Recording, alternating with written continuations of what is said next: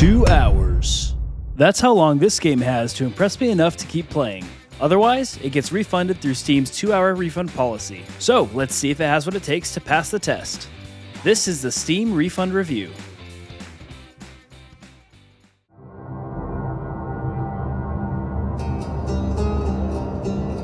Cataclismo is the first new game that I've reviewed in this series.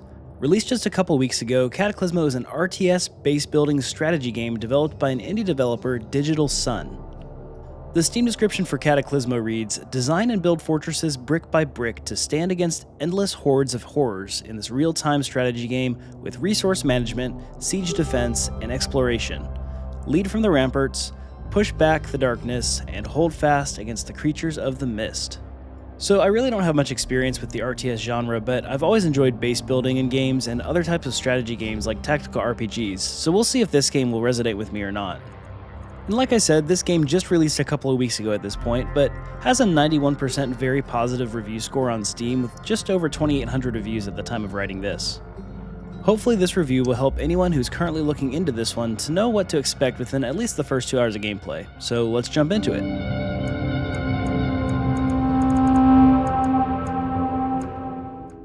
Alright, so jumping in, I'm initially given a few simple tutorials where I learned to move my combat units through a forest as part of the first level. I soon learned that there are these enemies called horrors that are roaming the forest in which I'm learning how to play, and have to learn how to fight them.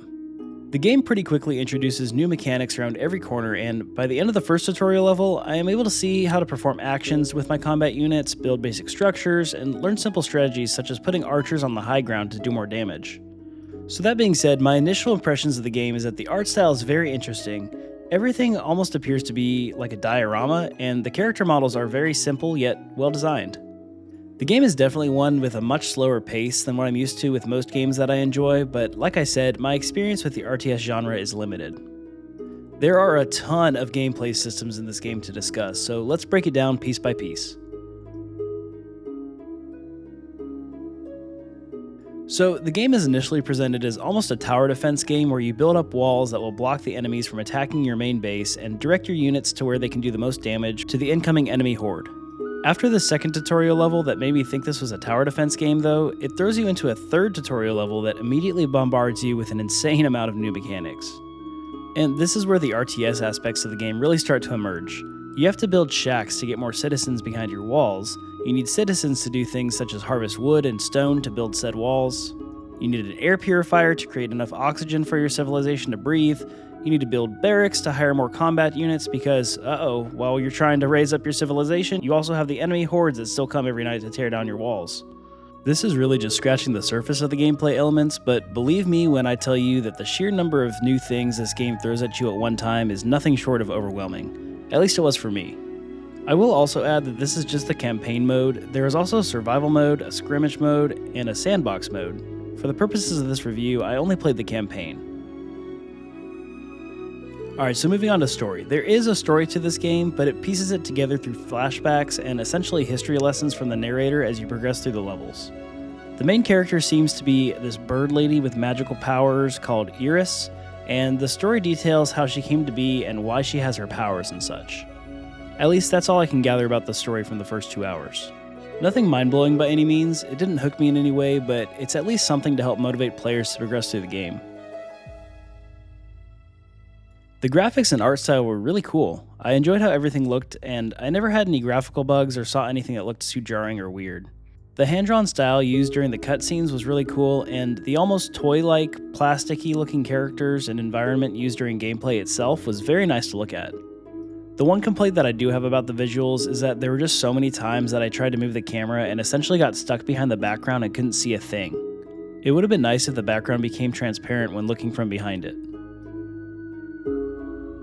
The sound design was fine. The voice lines got pretty annoying after I heard them the 5th or 6th time in a row as they would just keep saying the same things over and over again while in combat. Other than that, there wasn't really much to write home about. I did enjoy the music fairly well, but nothing absolutely earth-shattering by any means.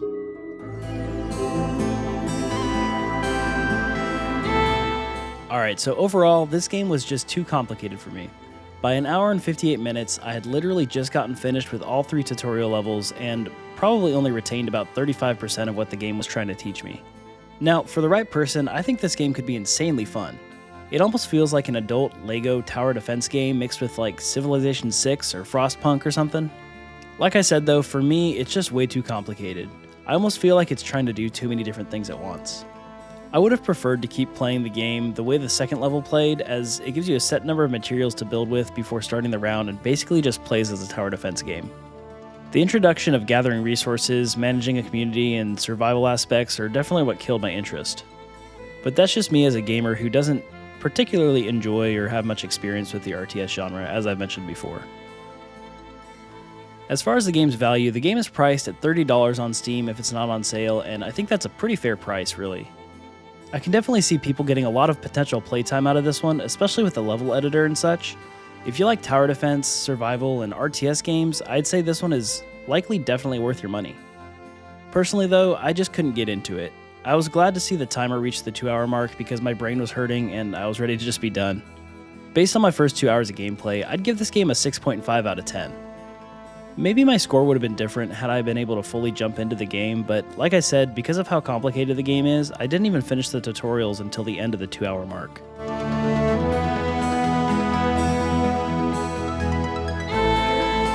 So will I replay this one later, or will I refund it? Personally, I'll be refunding this one, unfortunately. I really wanted to like this game, I just couldn't. I can tell that the devs put a lot of work into it and it was a labor of love, but it's just not for me. So what do you think? Does this look like a game that you'd like to try, or have you played it? What do you think of it? Let me know down in the comments.